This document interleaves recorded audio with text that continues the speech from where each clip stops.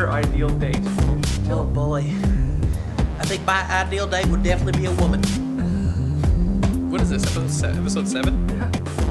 Yeah, that was episode 6. Yeah, that's great. Wow. We're almost there, man.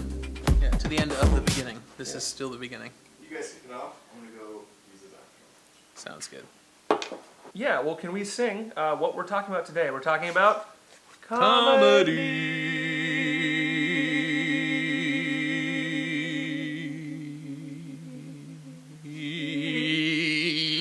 You had a good breath. Gotta have a reserve. I think that sounds good. I probably would have prepped better if I knew that's what we were talking about and that's the direction we were gonna go, but all right, and welcome back to Over a Bottle. I'm Paul Erdman, and I'm friends with this guy. Hey, I'm Jordan Reagan, and I'm friends with Paul. Wait, Well, how do you even... you gotta have man hands. So today we're gonna be drinking, in honor of Ben Jagum, the Irish whiskey Tullamore Dew. Wait, who's Ben Jagum? Ben is a new friend of mine in Fargo. He's a really great guy. When I moved back, he was there for me, and he loved me, and he really likes Tullamore Dew, and he gave Tullamore Dew to me and you. And here we are to drink. Like this was a gift specifically for us and this show? Yeah. Thanks, Ben. Yeah, thanks, Ben. That's really nice of you. So, Tullamore Dew, Irish whiskey, and it is... Why are you wearing those gloves?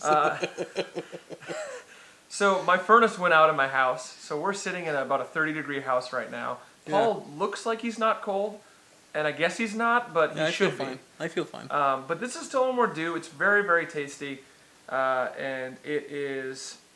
Of exceptional quality, character, and smoothness. So those are the tasting notes. Oh. Drink up.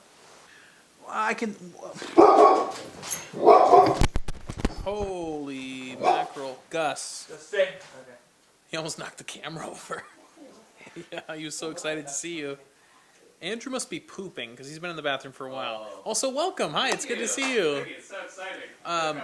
Oddly enough, because of the subject matter we're talking about today, I feel like I'm under a ton of pressure because we're talking about comedy, and so there's like a sick amount of pressure to be funny, which I really don't like. I'm very uncomfortable with today's episode. We should start everything again. Yeah. I'm totally thrown off. I would love to start everything over again. To episode 7. To episode 7. And a blooming friendship that continues to grow. Blossoming friendship, I should say, that continues to grow through these videos and also aside from the videos, but mostly because of the videos. Amen. All right, to us. To us.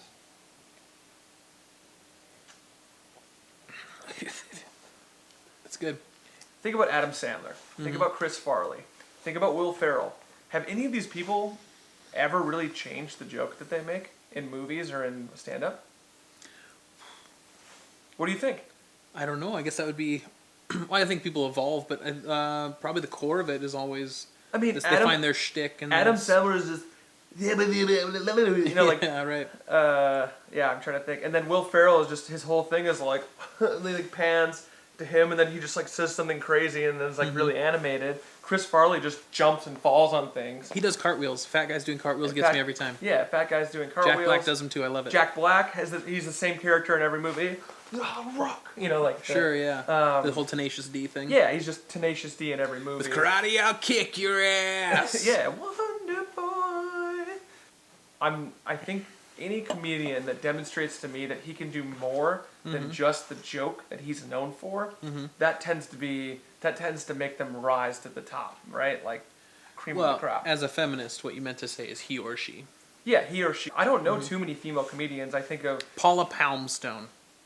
Okay. I went way back for that one. I mean, there's old females on SNL who are all amazing, but then like right now it's like Tina Fey, Amy Poehler, Amy Schumer, Sarah Silverman. I love Sarah Silverman. Tig Notaro. Yeah. Don't know her. She was the one that like found out she had breast cancer and then like went out on stage.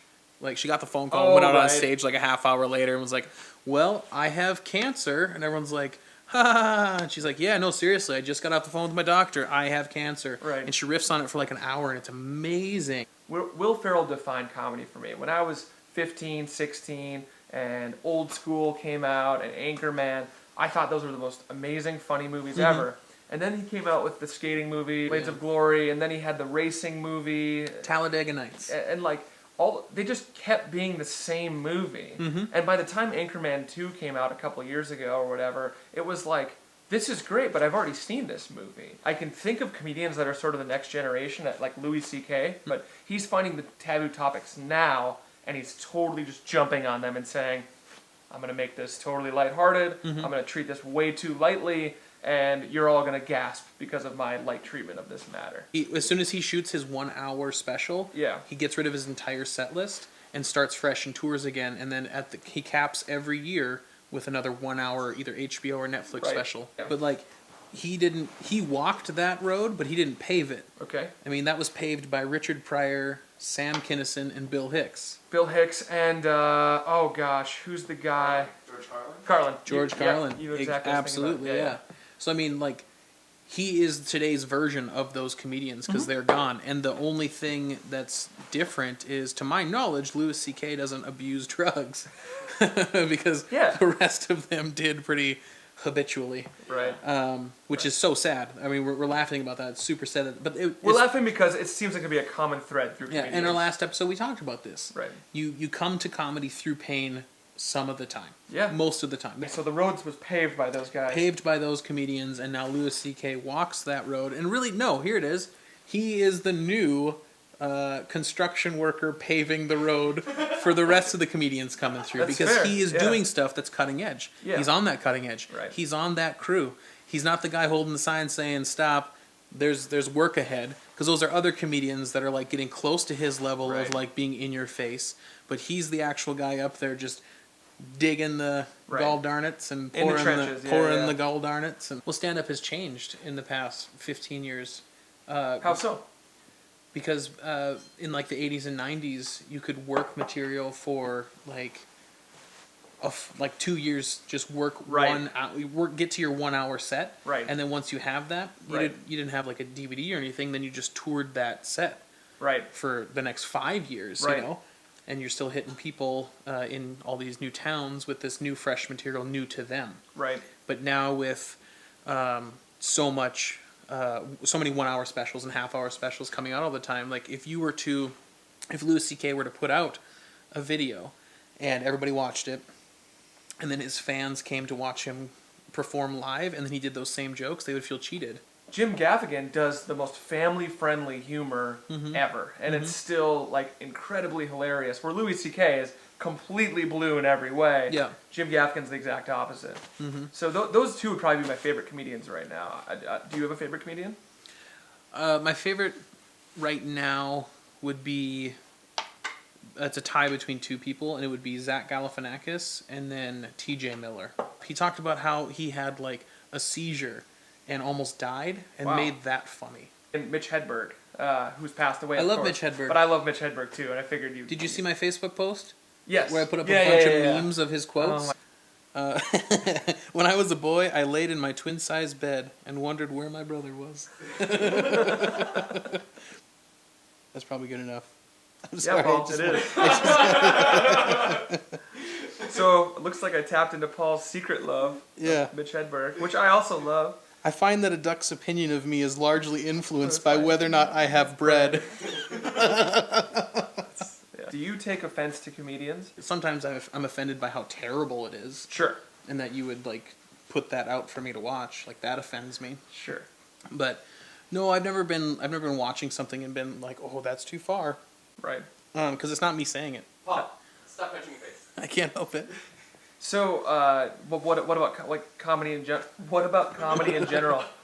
What is comedy for you? Like, why do you like or dislike comedy? What's the purpose of comedy? I don't know. That's a hard question to answer. Well, then ask me the question, Paul. I have an answer clearly.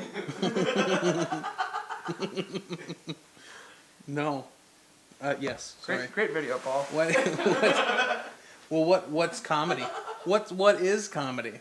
Yeah, don't mimic my eager. Isn't that what you- my eager asking of Well, you? that's just a really hard question to answer when you say like what is comedy, because that's just like a really broad thing. Like what makes comedy great, or Yeah, sure. Yeah. like I can answer that. Like What makes comedy great? This video is going real good. I think it's really funny when someone opens up and like reveals things about themselves through their comedy. That's what always gets me. Authenticity. When it's very authentic and real and personal, that makes me laugh every time.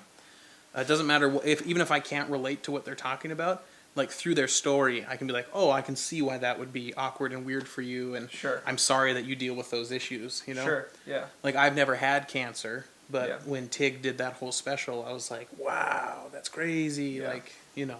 it's super deep and very real, and that's the stuff I like. I don't like the whole observational, like, airplane food is crazy. Like, I'm not into that. Yeah.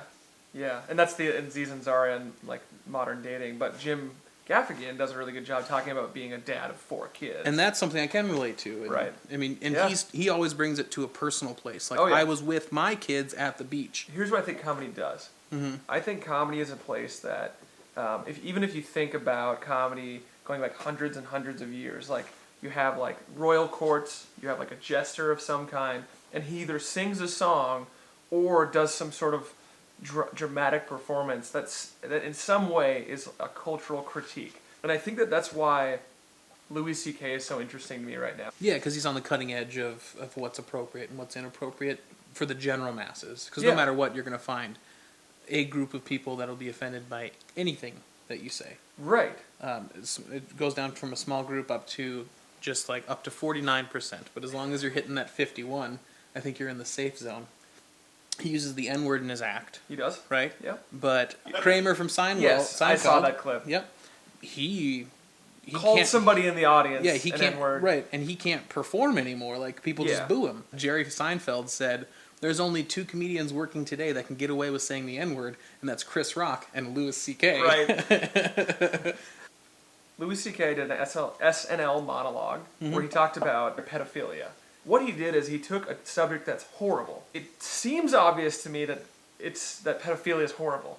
Not everyone catches that he thinks that's horrible. So I think that's where a lot of people get off the bus and they're like, you need to always say it's horrible and never make a joke about it. But assuming we get past that wrong and we know that Louis C.K. isn't in support of pedophilia, Yep. then it's just, why are you making such light of it if you don't actually agree with it? And my answer to that is, I support in every way his right to make that joke. Sure. What do you think? Well, I think that timing matters. Okay. So if he were to make a pedophile joke 1 week after the whole Jean Benet Ramsey thing when she went missing, Sandusky, or the Penn State coach. Yep. Yeah. So if you make it a joke about it too close to an actual news event that happened, then it can really backfire. The example of that would be Gilbert Gottfried. 9/11. Why are you jumping all over? I just saw that. I just Yeah. learned about that this past year. Okay, well, I learned about it when it actually happened. So Gilbert Gottfried made a joke 1 week after 9/11 and lost his deal with Aflac. And he couldn't be the Aflac voice anymore. Paul, I'm smart. What was Yeah. the joke? I don't know if I ever heard about that. You know, I don't remember the joke because it happened like 15 years It was ago. about a plane making a stop at one of the He's, towers. Okay, no, right. he said, he said. Oh yeah, because you just heard about this this current A event. plane needs to make a stop at the Empire State Building. Yeah. My plane needed to make a stop there on the way to Atlanta or whatever. Yeah, and it backfired. So the timing was just way bad. Backfired's an interesting term. I would say it was too soon. He was the first person to make a joke after 9/11, about was, 9/11. He was literally like the first public comedian. Yep. Somebody had to do it. If it wasn't him, it was going to be another comedian. Yep. I think But that was my point is he got burned by it, and Louis C.K. has said so many things and has never been burned to the point where he lost his livelihood. Yeah. He only gains momentum by the things that he says, and so his timing is impeccable. I- This is a weird motion to do, You're and I've never done saying this in a why- video. You're saying why? Not bitte. You're saying that Louis C.K. has so much success because he is a timing master with his joke timing. Mm-hmm. Okay. The stuff he talks about is inappropriate, but because he's saying it, it doesn't feel as inappropriate. Like there's a scale, and he's tipping it where it's still funnier than it is inappropriate. As far as religious matters, I'm kind of at the point in my faith where I don't really want to tell you what to believe or do anymore. Thank you, because I don't want to hear it. But with free speech and comedy, it's one of the things I care about a lot. There needs to be a place in our society where anything can be said. If we don't have a space where anything can be said, positive, negative, horrible, awesome, then we don't have a safe space where people can just go and feel free to be themselves and feel free to critique things, even if it might be wrong. I'm going off on a weird limb. This bit might not work at all. But let's say you're in a cult, right? And someone. Well, hold on. Let me get in character. I'm Jeremy. I'm part of the. All right, I am in a cult. You're in a cult? Mm-hmm. So you're in a cult right now. I am. And I'm like, I'm so scared for your well-being, and I want you to not be in a cult. And so maybe the first thing I do is, don't be in a cult. What you believe is stupid and dumb. You're a Westboro Baptist Church person. What's your response probably going to be? I'm digging my heels in. That's exactly what they do. But let's say you and I become friends. Ha, friends. I like you even though you don't believe what I believe. Basically, if the first joke I make is, ha, when we all die, you're going to go to a planet and you're going to get 69 virgins to sleep with. That can't be real, right? I mean, that's not funny, but... You've convinced me. Comedy can poke holes in things that, like, logic and arguments can't. Thank you. The response is that comedy, of course, should lampoon every single thing that's in the majority or the status quo, like you said earlier, but not people who are marginalized to begin with. The status quo is not quo. That's from something, I can't remember what. I don't know. It might be Wayne's World, it's something, yeah. Yeah. But someone's doing, like, this big monologue, and they're like, the status quo isn't quo. Well, you think about Robin Williams, John Belushi, Dan Aykroyd, Chris Pain. Farley, they're steeped in drugs. Yeah. And all of it stems from a pain that they couldn't heal because either they were too afraid to go get the help they needed or that help just didn't work. Right. So being on stage gave them that temporary joy, and you can't be on stage 24/7. If a comedian's making terrible jokes that are horrible and offensive and they're not funny, then then clearly they're not going to do well. But if we're trying to shut down people that make a joke that offends somebody, that offends a group of people or somebody, and we're just saying, I just don't like that because that offends me, so they need to stop, that's a slippery slope. Then we're all just going to be sitting here offended and nobody's going to be making jokes about anything. Yeah. But that goes for all art. All art is their sole purpose and their charge for like being in existence is to point out fallacies, I guess, right. In the social norm, in the status quo. From graffiti art to music, poetry, all the way up into comedy. Right. Like it's not just comedy that is supposed to be in charge of pointing out things that are incorrect. Okay. And pointing out That's things fair. that are unfair. I mean, it's art. Art is the enemy of all right-brainers. Is that what it is? The right brain that is, or is it the left brain? I always forget. I think it's like creativity's left. I'm gonna do it twice, then I'll look it up. Art, in all forms, is the enemy of left-brainers. Art, in all forms, is the enemy of right-brainers. I I want to leave that whole part in. So thanks for watching. You can follow us on Twitter at overabottle or on Gmail. At overabottle@gmail.com, and we have a new Facebook page.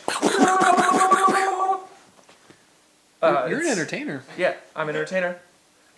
Jordan Public Radio is the name of the Facebook page, so check it out on Facebook, Jordan Public Radio. Just type it in. Yep, and we'll see you next week with episode 8. I have no idea what we're talking about. We haven't discussed that yet, but watch Twitter. We haven't yet. So watch our Twitter and our Twitter feed, and we'll let you know what we're going to be doing. Also, send in your questions because we're going to answer them.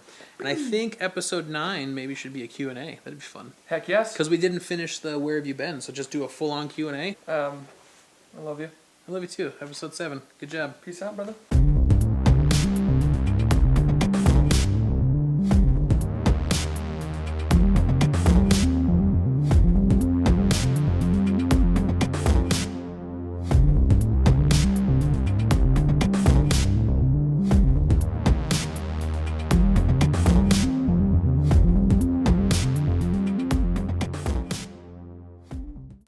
Well, I'm a good listener, which I think is very important. And mostly that's because anytime I'm in front of a woman, I'm too terrified to talk, to be honest with you.